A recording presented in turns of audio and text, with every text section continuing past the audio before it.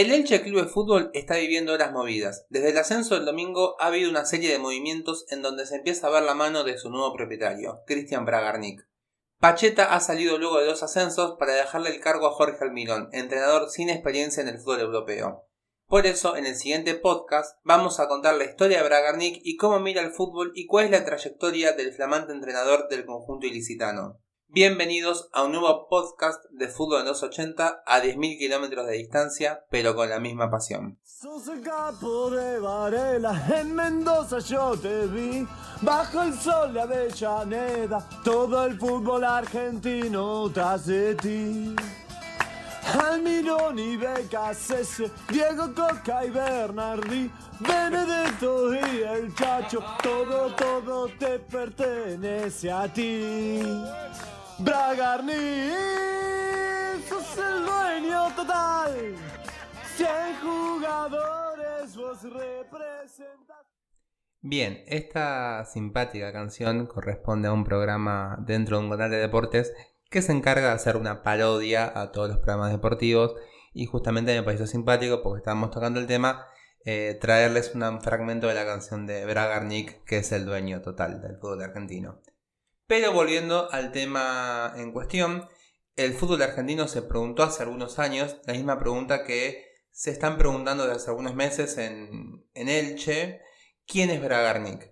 Y el sitio de noticias Infobae trata de darnos ciertas respuestas. Es el Maradona de los representantes, el hombre que en un par de años se convirtió en un personaje clave de todo lo que ocurre alrededor de una pelota en nuestro territorio. Maneja más de 15 técnicos, más de 100 jugadores. Parte del influjo del imperio Bragarnik es su relación con casi todos los equipos de la primera división en Argentina. Representa a 54 jugadores y a varios entrenadores, entre ellos a Diego Armando Maradona, y además cuenta con jugadores en diferentes ligas de América, principalmente en México, que es su fuerte. Pero vayamos desde un principio. Bragarnik es una persona relativamente joven, nacida en 1971 en el barrio de Flores, en Capital Federal, y como muchos alimentó su sueño de ser futbolista, objetivo que lo logró, no de manera profesional, pero sí jugó en la última división del fútbol argentino, y claramente que no le fue muy bien, como a la gran mayoría de los futbolistas que juegan en el ascenso profundo de cualquier país. Obviamente, como jugar de manera amateur no da el dinero suficiente, si es que siquiera da dinero para comer, había que sustentarse de otra manera, por lo cual Bragarnik empezó a trabajar en un videoclub. Y ahí, mientras alquilaba películas de misterio y comedias románticas, mataba el tiempo editando videos de su pasión, el fútbol, ofreciéndolos a los representantes del momento. El oficio lo había aprendido haciendo fiestas de casamiento. En breve su matrimonio sería con la redonda, porque tras 8 años de trabajar para otros y recibirse de abogado, entendió que con un buen material de jugadas cualquier jugador podía ser mostrado y conchavado en Latinoamérica. Nos vamos para el año 2001, en Argentina sufrimos una enorme crisis económica en donde nuestra moneda se devaluó el dólar estaba de 1 a 1, pasó a estar $1 entre pesos argentinos, lo cual provocó, entre otras cosas, una crisis económica salvaje, más que los bancos habían retenido el dinero de la gente, bueno, en fin. Cuestión que en todo ese limbo económico y social y político, Bragarnik le propuso a Mariano Monroy, que era un cliente del videoclub, o era un volante con buen pie que se desarrollaba en Arsenal de Sarandí, un equipo de segunda división en aquel momento, hacer un compilado de jugadas para dárselos a Eduardo Fuentes, que era otro exjugador, también cliente del videoclub, que tenía ciertos contactos en México como para mandarlo, y bueno, vamos a ver qué pasa. Cuestión que Cristian amó el video, lo mandaron para México y terminó seduciendo al equipo Irapuato, filial del ascenso del más importante, Querétaro. El pase en cuestión se hizo en $400.000 y Bragarnik se ganó la estima de una familia de peso, los Grondona. ¿Por qué? Porque la familia Grondona gobierna desde el minuto 1 el club Arsenal de Sarandí. No son los dueños, pero sí son el presidente y demás cargos. Cuestión que era una venta bastante importante, $400.000 en aquella época, y por un jugador del ascenso era un número bastante interesante. Y además, más allá de la venta en sí, que ya era un negocio, el volante la rompió y el flamante representante vio el filón. Se quedó en Querétaro como empleado del grupo que manejaba el club a cambio de $10.000 al mes. Me imagino que habrá sido una decisión muy difícil de tomar. empezar a trabajar como representante o mantenerse en un videoclub. Bueno, calculo que decidió bien y empezó con la representación de jugadores hasta que en 2004 tuvo que volver, dado que el presidente del Querétaro tuvo algunos problemas legales, se le encontraron un par de cosas en la casa, nada, nimiedades, cuestión de que Bragarnik volvió a la Argentina, pero ya sabía que su futuro no estaba tras ese negocio, el videoclub, sino que tenía que meterse de lleno en el mundo del fútbol, con lo cual contaba con un valioso amigo, y siempre es importante para estos negocios contarlos, que era el de la familia Grondona, por lo anteriormente mencionado. Sus detractores dicen que su amistad con Julito, el hijo del jefe, fue su trampolín definitivo. Sus amigos, en cambio, dicen que la diferencia la hizo laburando 14 horas por día. Cómo llegó a dedicarse de lleno a este mundo y a todo el negocio y a toda la guita que mueve el fútbol. Años más tarde empezó a gerenciar Defensa y Justicia, entre capitales mexicanos y buenos resultados deportivos. Y una cosa que hay que aclarar, que es muy importante para la gente que nos escucha, si hay alguno que nos escucha allá en España, que los clubes en Argentina no son sociedades anónimas deportivas, sino que son asociaciones sin fines de lucro. Por lo tanto, la idea de dueño no existe y no está permitida. Pero sí lo que hay ciertos vacíos legales en donde un club puede ser gerenciado si no puede solventarse. Entonces, en este caso fue que apareció Bragarnik con Defensa y Justicia, que para hacer un paralelismo podemos compararlo con el Alcorcón, un equipo humilde, chico, de segunda división. El Alcorcón, pero históricamente ha transitado categorías mucho más bajas. En el caso de Defensa era lo mismo, el equipo que siempre deambuló por el ascenso, que logró establecerse en la segunda división, pero siempre siendo un equipo mitad de tabla para abajo, que no resonaba mucho, pero cuestión de que con el paso de los años, más que nada a partir del 2009-2010, Defensa empieza a mejorar sus números, su rendimiento, y empieza de a poco a asimilar la idea de que podía llegar a jugar en primera división. Para esto no es que hubo una gran impresión y Defensa y Justicia trajo a los mejores jugadores de la categoría, para nada.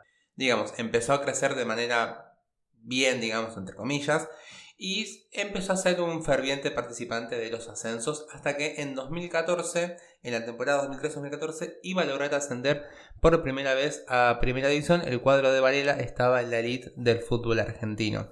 Y lógicamente que el éxito deportivo empezaba o le permitía a Bragarnik empezar a ampliar sus tentáculos por todo lo ancho del país. Empezó a tallar fuerte en Cuyo, con Godoy Cruz a la cabeza, en los equipos santafesinos, Unión, Colón, en los de Córdoba también. También se fue para el norte, para Tucumán, hasta recalar en Racing e Independiente, al mismo tiempo con técnicos y jugadores propios en 2014. Ahí fue como el gran comienzo donde se lo empezó a conocer realmente. En 2014 a Racing llegó el entrenador Diego Coca, que venía de ascender con Defensa, representado por Bragarnik, y por el lado de Independiente, vamos a hablar un poquito más de esto más adelante, pero era conducido tácticamente por Jorge Almirón, flamante entrenador del conjunto ilicitano. En aquella temporada, en aquel torneo de transición 2014, la figura de Bragarnik estuvo muy pegada a la de Coca muy pegada a la de Racing porque lo dirigía, y hubo algunos inconvenientes o quejas porque había como una lucha de intereses. Racing se reforzaba pura y exclusivamente, o en su mayoría, con jugadores representados de Cristian Bragarnik. El entrenador tenía el mismo representante, lo cual hacía sospechar como que era todo un negociado. Y independientemente si la cosa fue así o no fue así, los actos deportivos siguieron pasando. En ese torneo Racing fue campeón del torneo de transición 2014, después de 13 años salió campeón nuevamente.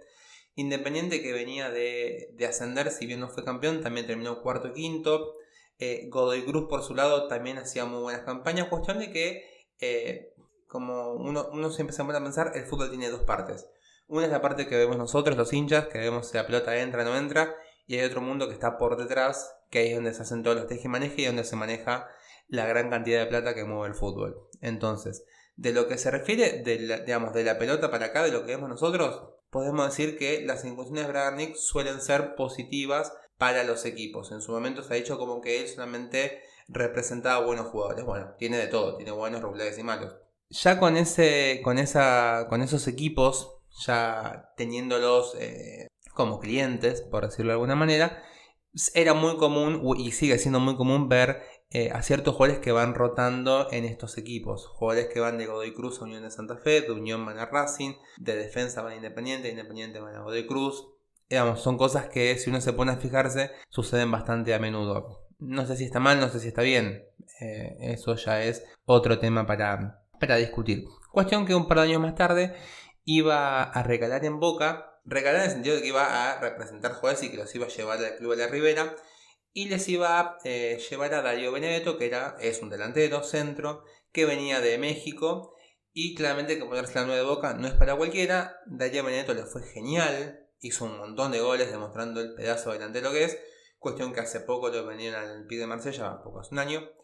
Y ahí empezó ya a tejer una buena relación con el presidente de Boca en aquel momento, que es Daniel Angelici. Y si vos sos amigo o tenés buena relación, porque a ver, esto es un negocio y a los dos les va bien, con el presidente de uno de los equipos más importantes del país y de América, bueno, ya estás como para pegar un crecimiento notable. Frases que hablaba de su círculo, frases que hizo en su círculo íntimo. Recordemos que Bragarnik es una persona con un perfil extremadamente bajo, da muy pocas entrevistas, aparece muy poco en fotos, por lo cual pasa totalmente desapercibido. Si rinden, nadie dice nada. Si juegan mal, hablan. Esto es fútbol. Y los de él habitualmente rinden, por eso todos los clubes quieren hacer negocio con Bragarnik. Y esto es un poco a lo que mencionamos anteriormente. Digamos, si uno ve de la pelota para acá, ha traído jugadores que han rendido con creces y hay otros que no. Pasa, digamos, en el mundo del fútbol es así, no hay nada ciencia exacta. Del fútbol para allá, bueno, ya ahí se manejan otras cuestiones que ya es muy complicado poder investigarlas porque son todos los chanchullos que existen.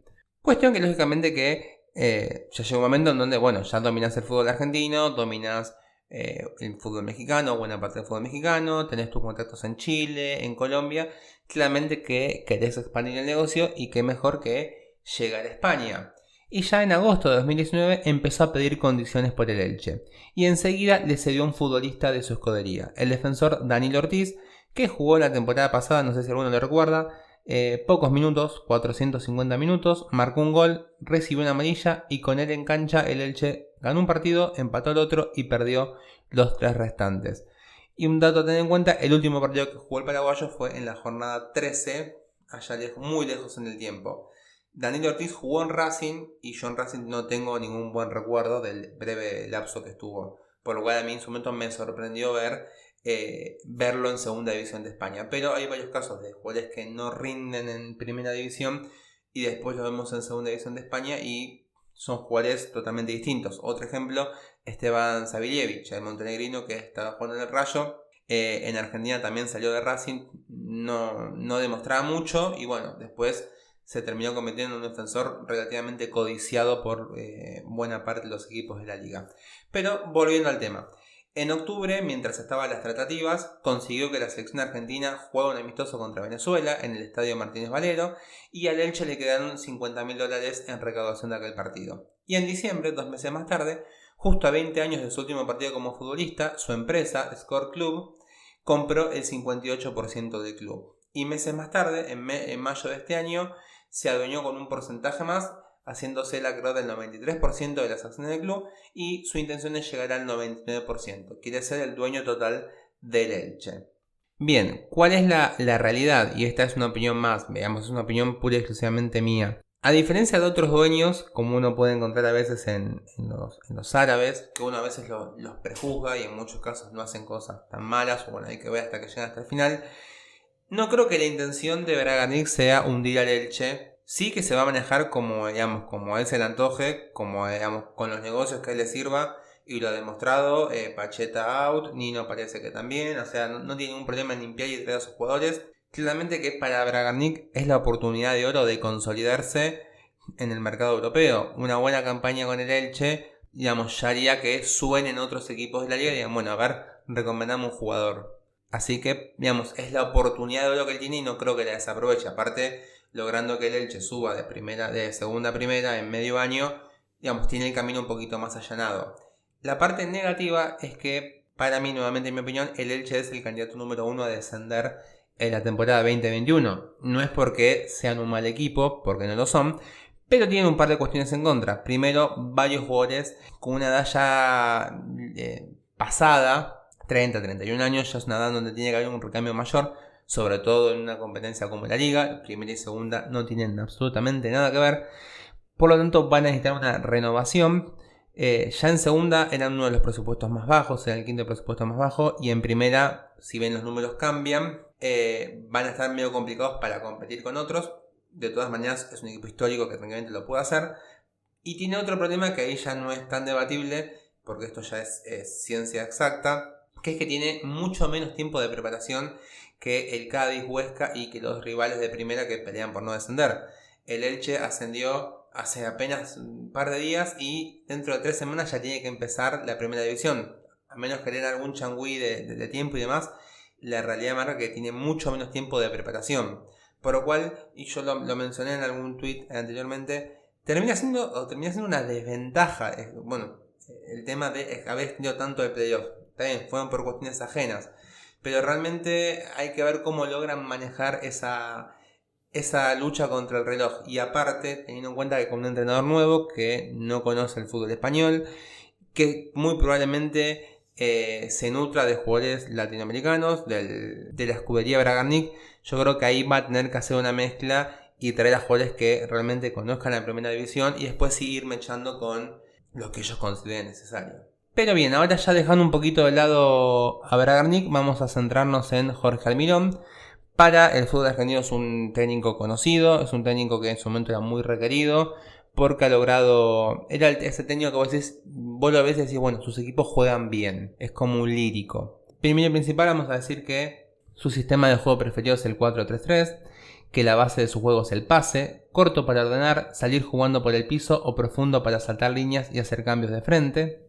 Tiene movimientos mecanizados en defensa y ataque con jugadores a diferentes alturas de la cancha que le permiten recuperar rápido la pelota y avanzar de la misma manera en ataque. Puede defenderse con 5 hombres en campo propio y cruzar la mitad en 2 o 3 toques porque sus extremos ofensivos tienen la responsabilidad de respaldar esa fase de defensa. Ya con la pelota busca triangulaciones para llegar al área, suele generar opciones con el ancho de la cancha cubierto. Sus laterales son profundos, están pegados a la raya y están preparados para lanzar buenos centros a un 9 de área, pero también ayudan a crear superioridad numérica en ataque cuando sorprenden con diagonales para atraer marcas por el interior del campo y dejar compañeros libres en zonas de influencia en los costados. Es un técnico que viene con ideas ofensivas, hay que ver si tiene el material como para poder implementar ese fútbol.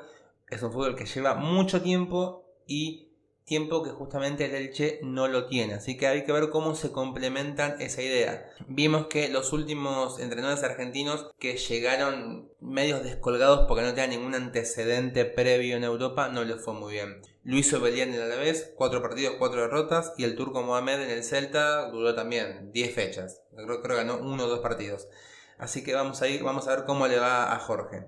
En lo que es su experiencia como entrenador, debemos decir que primero tuvo algunos trabajos entrenando equipos de segunda división de Argentina y de México. En el caso de Argentina fue Defensa y Justicia y en el caso de México fue Dorados, Veracruz y Correcaminos. Su primera experiencia en primera división, en la Elite, fue en el fútbol mexicano con el Tijuana en el Apertura 2013 y estuvo una media temporada, un torneo. Vieron que se juegan 2 torneos, una apertura y clausura. Bueno, estuvo 6 meses en donde dirigió 21 partidos, logrando 8 victorias, 7 empates y 6 derrotas. Luego recaló para Godoy Cruz. Fíjense que son todos equipos que nombramos anteriormente de estas triangulaciones. Y en el Tomba estuvo también 6 meses en donde realizó una muy buena campaña, terminó cuarto con 32 puntos. Caso aparte de Godoy Cruz, que es un equipo que apuesta siempre por entrenadores jóvenes e inexpertos y siempre les termina yendo muy pero muy bien, logrando, ahora están en una mala racha, pero siempre son equipos animadores, después entran en las copas, así que es como un modelo a seguir, es como para, vamos a ver cómo resulta este año, pero como un Mirandés que apuesta por entrenadores jóvenes y hasta ahora no les ha ido muy mal. Finalizó su etapa en Godoy Cruz a los 6 meses y recaló en Independiente, que lo mencionamos al principio. Un Independiente que venía de descender, por lo cual tenía que sumar puntos para no volver a hacerlo mediante el sistema de promedios. En Independiente estuvo más o menos 8 o 9 meses. Si su desempeño fue bueno o fue malo dependerá de el criterio de cada uno. A mí, como neutral, no me pareció mala la campaña.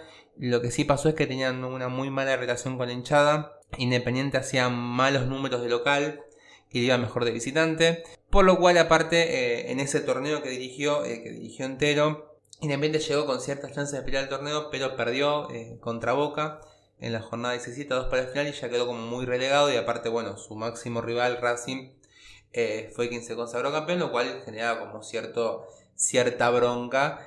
Y finalmente dirigió medio año del otro torneo, un torneo que fue anual, y terminó siendo despedido luego de perder contra Racing 1-0. Así que ya había una muy mala relación, más que nada con hinchada. En lo que es en juego, digamos, es el fútbol argentino y es un fútbol que ya de por sí es bastante parejo e irregular. Creo que no hizo una mala campaña. Es a mi criterio igual. Pero luego de irse del conjunto de Independiente, iba a recalar en Lanús a un par de kilómetros, en donde iba a tener su etapa de gloria, donde iba a dirigir durante 2 años. Iba a obtener 3 títulos: un torneo local, una Copa Bicentenario y una Supercopa Argentina. ¿Qué es una Copa Bicentenario? Se los explico en 10 segundos. Es un invento que hizo Racing cuando salió campeón del torneo 2014. Quería juntar el campeón 2014 con el campeón 2016 porque el campeón 2015 fue uno solo y no sé qué. Cuestión que armaron un torneo, dijo yo soy local, Lanús dijo bueno vamos, armamos el partido para que lo gane Racing, lo gane Lanús. Fin de la anécdota. Y además llegó a una final de Copa Libertadores con el conjunto de Lanús, lo cual fue toda una epopeya histórica para un club que no es de los grandes, es un equipo que se ha sabido administrar perfectamente. Lanús es un ejemplo a seguir, pero fue todo un hito, aunque terminó cayendo ante el Gremio de Porto Alegre en los 2 partidos, 1-0 en Brasil y 2-1 en el Néstor Díaz Pérez.